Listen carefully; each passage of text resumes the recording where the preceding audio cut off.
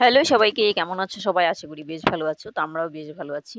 তো আজকের ব্লগটা আমি একেবারে নদীর ঘাট থেকেই শুরু করছি। তো হ্যাঁ, আমাদের এদিকে নিয়ম হচ্ছে, মানে আমাদের নিয়ম, স্বাদের পরের দিন নদীতে গিয়ে ফল ভাসাতে হয়। তো তোমাদেরও এরকম নিয়ম আছে নাকি? তোমরা কিন্তু কমেন্ট করে জানাবে। তো হ্যাঁ, আজকেও কাকা শ্বশুর বলে দিয়েছে, কালকের কাজটা খুব সুন্দর করে দিয়েছো, তো আজকেও রান্নার দায়িত্ব তোমাদের উপরই। সবকিছুই তোমরা করবে, খাবার দাবার দেবে, একদম তোমরা খেয়ে দিয়ে সুন্দর করে কাজটা শেষ করে দেবে। আজকে ঘরোয়া রান্না ছিল, কিন্তু একেবারে রান্নার ভিডিও। আজকে নদীতে ইচ্ছে মতো সাঁতার কাটলাম অনেকক্ষণ। ওই যে আগের একটা ঘাট, ওই ঘাটটা ছিল আমাদের, ওটাকে সবাই রাজবাড়ি ঘাট নামে চেনে। তো এদিকে এই কাজগুলো আমারই করার কথা ছিল, যদিও আমি ওগুলো নিয়ে গেছি। এখন একটা কাকি করছে, কারণ আমি ভিডিও করছি বলে। বলেছি, কাকি তুমি তো স্নান করে এসেছো, তুমি করো, আর ওদিকে আমি একটু ভিডিও করি। আর এদিকে যে গঙ্গাকে নেমন্ত্রণ করা হচ্ছে, এখানে একটু পুজো দেবে, তারপর নদীতে নেমে সবাই মিলে ফলটা ভাসাবো।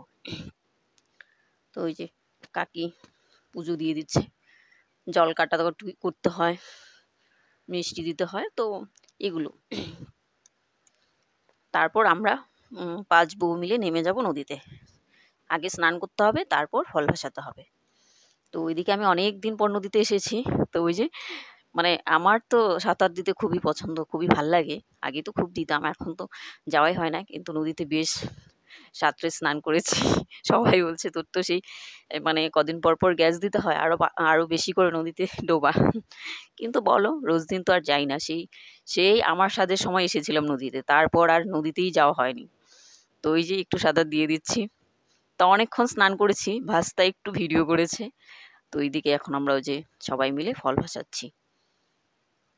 আগে ওই কলসিটাকে ডুবিয়ে ভালো করে জল ফেলে ফেলে 4 বার, তারপর আবার জল নিতে হবে। আর ওখানে ওই যে 5 ফল দেয়া আছে, মানে ওটা স্বাদের দিন দিতে হয়। ওই ঠাকুরমশাই ওখানে পুজো করে দিয়ে দেয় বেঁধে, ওটা সারাদিন সঙ্গেই থাকে আঁচলে বাঁধা। তারপর ওই যে নদীতে গিয়ে খুলতে হয়, খুলে ওখানে ভাসিয়ে একটা ধরতে হয়, মানে যার স্বাদ সে একটা ধরবে। তো ওই যে গামছা মাথায় ওই বউর হচ্ছে স্বাদ আমার যা। তো একটা ধরার পর আবার ওগুলোকে বেঁধে নিয়ে চলে যেতে হবে। তো ওই যে আমি নিচ্ছি কলসি, যে বউ যে চিকনা, ওই যে পেছন পেছন আসছে, তো কলসি নেওয়ার মতো ক্ষমতা ওনার নেই, তো আমি নিয়ে যাচ্ছি। হ্যাঁ, যদিও আমার সাথে সময় কিন্তু আমি নিইনি। আমিও চিকনাই ছিলাম আগে একেবারে।